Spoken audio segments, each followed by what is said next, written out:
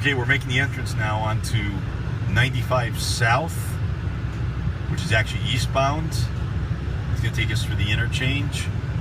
We're going to have to redo the westbound because we had problems with the camera. But a lot of the freeways on structure, which we found when we took the first ride coming into Vegas from the east, and we have the wall here. So you have the sound wall, you have a device actually behind the wall, you have the DMS, and you have the cabinets, and the cabinets are all behind the wall. So that's one of the challenges that I'm seeing on this road, is you've got the sound wall. Here you do have a cabinet on the outside for the detector device, and the cabinet is behind the chain link fence. We're somewhere around here is where we're going to have, I believe, the first the ATM gantry. The gantries are going to come back about 2 or 3 miles before we get into the construction zone. So this is Decatur Boulevard. Decatur Boulevard is already part of the system. We're going to have the ATMs every half mile. You've got a very wide shoulder. It looks like there's recently been a lot of work to add capacity to this road. We have an HOV lane that already exists on the left side. You have a very wide shoulder, which looks like they could add another lane if they had to 95, and I imagine that's where a lot of the work is going to be, is that they're going to be adding, they'll make it easier to add the lanes. We are about 1.25 miles now from the interchange. You have a CD road along here. You have the HOV lane, which is going to merge into the Neon Gateway overpass. You have here an existing DMS with travel times. We imagine that's going to be, we're not going to be replacing that. We imagine that will be retained, but we'll have to review that for sure.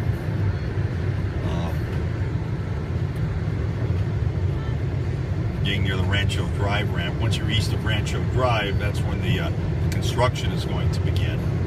So we're going to probably see the first of the construction ATMs along here. This is the exit for Rancho Drive, and once you pass Rancho Drive, you're getting into the interchange area. And there's already a skip dash line at the center to separate the through traffic from the traffic that's going to be exiting at the interchange. And they have a little bit more advanced notice of the interchange here than they do along 15. But so you've got the divided line well before the signage for the exit.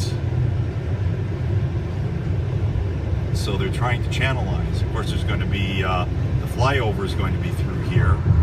It's going to be very complex. You have the issue of the freeway being on structure. Here's, you have devices right here at the interchange, and you have the walls. So where you have the walls, you're having the cabinets sometimes behind the structure because they're not readily visible from the freeway for the most part. You've got a few devices, like for example, there's appears to be a count station across the way where they have the cabinet right on the, that looks definitely like a count station. And it looks like they've got the cabinet right on the pole. It could be an RTMS, but I think that looked like a count station simply because of the way the box looked. As opposed to a normal ITS cabinet. So you've got the major congestion at this interchange. I will imagine when the road construction starts through here, it's going to be a complete mess, which is why I think the ATM is probably going to be have some justification during the construction. You have no shoulder on the main line of 95. You have the lane drop here for 15 north. The shoulder does come back out again. Here you have another ATMS. There's a lot of RTMS on the existing road.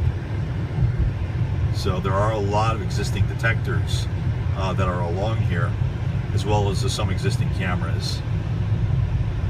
You got fairly wide gore area, fairly wide shoulder as you're coming through the interchange. But you've already got a flyover, so this is not an old interchange. It's interesting how much work is going to be done here. This is not necessarily an old interchange at all. It looks like the work has really been done in recent years. Cacti in the middle here. There will be an ATM exiting the interchange. What's interesting ahead is you see a sign structure with nothing on it as you're getting through the interchange itself. So as we get a little closer, maybe we can show that to you. And once we get through the interchange, what I will do is I will turn the video off to make sure that we've captured the full movie, and then we'll come back and take one more drive on the westbound side. But you can see here this sign structure. It's below the bridge, and you see there's nothing on it.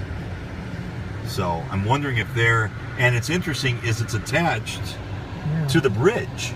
So I don't see that they're going to allow doing any kind of ATM on this because they don't want us attaching to the bridges. But it's kind of interesting that they've kept that gantry up. I wonder if they're worried that if they take the gantry down, the bridge is going to fall down. So here, this would make sense around here. Maybe, where you can't see it because of the truck. Around here is where you have your exit ATM. Your last ATM gantry is you're exiting the interchange. Would be up ahead as we get the merging traffic. Although right now the plans, I believe, show the gantry here rather than serving the merging traffic from 15. But there would appear not to be too much of an issue in terms of viewing distance with putting any kind of gantries along here on the eastbound route, 95 south, 515 south. It seems to be, in terms of viewing distance, everything seems wide open through here.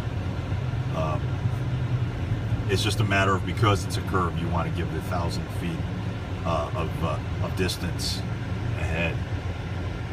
But you do have the sign over there for the exit to downtown. But I don't think we're going to have a gantry that far out. So I will go ahead and we'll turn off the video right here, and we'll take a video coming back the other way, and we'll see a lot of the really crappy right-of-way issues we've got coming the other direction. So we'll turn it off right now.